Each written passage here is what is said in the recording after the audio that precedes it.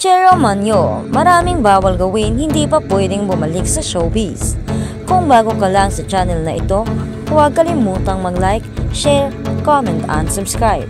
At huwag kalimutang pindutin ang notification bell icon para maging updated ka sa bawat upload nating video.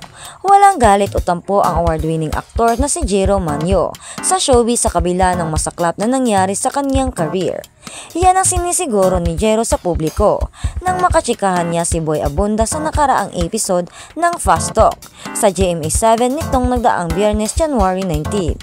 Natatanong kasi ang dating child star kung may sama ba siya sa loob sa industriya ng showbiz dahil sa nangyaring kamalasan sa kanyang career na talaga namang umaligwa noong bata pa siya. Hindi lingid sa kalaman ng marami ang nangyari kay Jero noong malulong siya sa bisyo na naging sanhi na pagkawasak ng kanyang buhay at ng kanyang career. Tinulungan si Jero ng comedy queen na si Ai de las Alas na gumanap na nanay niya sa pelikulang Ang Tanging Ina. Ipinarehab niya ang aktor at binigyan ng iba pang pangangailangan nito. Taong 2020 naman nang muling umingay ang pangalan ni Jero nang masangkot umano sa kasong frustrated homicide. Sa tanong ni Tito Boy kay Jero kung nasaan na siya ngayon sa kanyang buhay, ang kanyang naging sagot na sa reality po. Ang eksplanasyon ni Jero tungkol dito, haharapin ko pa po ang mga pagsubok sa buhay ko at tumayo ako sa sarili kong paa. Sa ngayon, katuwang niya ang kanyang pamilya at ilang malalapit na kaibigan sa patuloy na pakikipaglaban sa mga pagsubok sa buhay. Samantala, nagpaliwanag din si Jero sa publiko kung bakit ayaw muna niyang magbalik sa showbiz. Hindi na katulad na dati yung babad na talaga ako sa TV kasi po pinagbabawalan ako ng mga doktor sa rehab na baka maging effects ng stress ko. Magkakasakit ako ulit dahil hanggang ngayon ay nagtitake ako ng medicine. Tsaka marami pong ipinagbabawal sa akin. Bawal pong magpuyat, bawal ako masyadong magalit, yung mga substance. Dugtong pa ng premyadong aktor. Maraming araw ang nagtatanong sa kanya kung kailan ba siya babalik sa pag-arte. Ang lagi raw niyang isinasagot sa mga ito, sinasabi ko na sa kanila, kailangan ko ng full recovery. At sa kabilang banda naman, dating child actor na si Jero Manyo, co-facilitator sa pinasukang rehab, ayaw munang bumalik sa showbiz.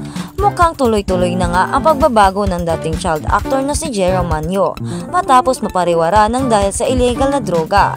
Nagsisilbing co-facilitator ngayon si Jero sa DOH Treatment and Rehabilitation Facility sa Bataan nang matapos na niya ang kanyang pagpaparehab na tumagal din ng ilang taon. Ayon kay Jero, siya ang nagdesisyon na magstay sa nasabing facility kahit na magaling na siya mula sa pagkakalulong sa mga bisyo. Ang sabi nila dito na lang daw muna ako kasi baka pag lumabas ako kung saan-saan naman ako mapupunta. Sabi pa ni Jero. Ngayon maayos na uli ang kanyang kondisyon at tuluyan na kinalimutan ang lahat ng kanyang bisyo. Hindi pa rin daw niya nakikita ang sarili sa pagbabalik sa showbiz. Yan po ang di ko masagot ngayon. Magpapakabisi ako sa recovery. Nagkaroon ako ng maling experience doon. Nabalitaan din nila na nagbisyo ako ng mali. Nasira ko yung tiwala nila ng ibang mga tao sa pag-aartista. Kaya kapag naiisip ko o inaalok ko, hindi ako makasagot agad. Paliwanag niya pa. May mga natatanggap pa rin daw siyang offer na showbiz project. Pero hindi pa niya nararamdaman na ito na ang tamang panahon para bumalik sa pagiging artista. Pero aniya pa, may pagkakataon na feeling ko artista pa rin ako kahit saan ako magpunta. Tsaka ginagamit ko yung karisma ko kapag kailangan para ako yung mapansin kapag nagpunta ako sa isang lugar. Si Jero Manyo yung dating artista. Marami pa rin nagpapapicture. Ang daming nag-aalok sa akin ngayon. Sabi ko di ko alam kasi ang dami nang nagbago ngayon. Di ko alam kung ano ang magiging role ko. Baka mahirapan ako. Nandun pa rin yung pangalan ko. Alam kong kilala pa rin ako ng mga tao. Aniya pa. Sa tanong kung may mga pinagsisihan siya ng mga nagawa niyang sablay noon sa kanyang buhay at career, wala naman pong regret. Kasi hindi naman naging hadlang sa akin yung mga drugs para huminto sa buhay. Kumbaga naging part po siya ng experience at ng buhay ko para na din sa sarili ko. Kung hindi man ako napunta doon o napunta man ako doon, at least mayroon akong halimbawa na pwede kong salaminin sa sarili ko. Aniya pa. Sumikat naman ng gusto si Jero nang magbida siya sa award-winning movie na Magnifico. kung saan ilang beses siyang nanalong Best Child Actor.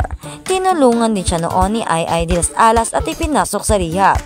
Ami Austria 6 years nakipaglaban sa droga. Tagtis muna sa mga artista bago sumabak sa trabaho. Pahayag naman ng kanyang mga taga-showbiz actress. At sa kabilang banda naman, Darren Espanto hard lunch as newest at Showtime regular co-host.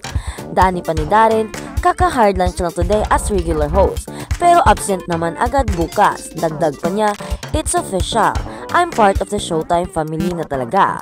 So wala nang atrasan ito, totoo na siya.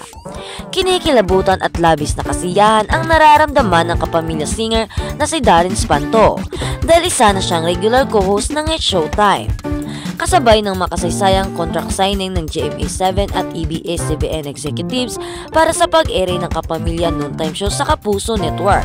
Ipinakilala na ring regular co-host si Darren sa It's Showtime. Pahayag pa ni Darren sa ABS-CBN News, sobra yung hard lunch ko, dito pa talaga sa GMA Network. So ayun nga, nakakakilabot. It's official, I'm part of the Showtime family na talaga. So wala nang atrasan ito, totoo na siya. Bago ito, ilang buwan nang nagigest co-host si Darren sa It's Showtime. Nagsisilbi rin siyang hurado sa tawag ng tanghalan. Sa tanong naman kung paano niya nakikisabay sa mga co-host ng Showtime, tugon niya pa, very welcoming naman po sila. Hindi po nila pinaparamdam sa akin na dapat kinakabahan ako. Dapat ganito yung pag-host. They just let me do my thing. An even outcome, parang pamilya lang din. That's why it was easier for me to be able to connect with them and jive with them.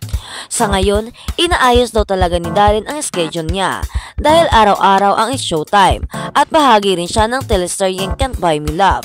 Aniya pa, minsan tinatry kong humabol sa tawag ng tahalan segment na lang. But once Can't Buy Me Love has finished, mas may time na rin po ako and be able to present every day sa Showtime. Ngayon ngang Huwebes, March 21, 2024, wala sa show si Darren dahil may taping ito. Mensahe naman niya sa X na Twitter noon, kaka-hard lunch lang today as regular host pero absent naman agad bukas dahil sa taping. Sorry na. Singer na si Darren Espanto dahil isa na siyang regular co-host ng It's Showtime. Kasabay ng makasaysayang contract signing ng GMA7 at ABS-CBN executives para sa pag-ere ng Kapamilya Noontime Show sa Kapuso Network. Ipinakilala na ring regular co-host si Darren sa It's Showtime. Pahayag pa ni Darren sa ABS-CBN News, sobra yung hard lunch ko, dito pa talaga sa GMA Network. So ayun nga, nakakakilabot. It's official, I'm part of the Showtime family na talaga. So wala nang atrasan ito, totoo na siya. Bago ito, ilang buwan nang nagigest co-host si Darren sa It's Showtime.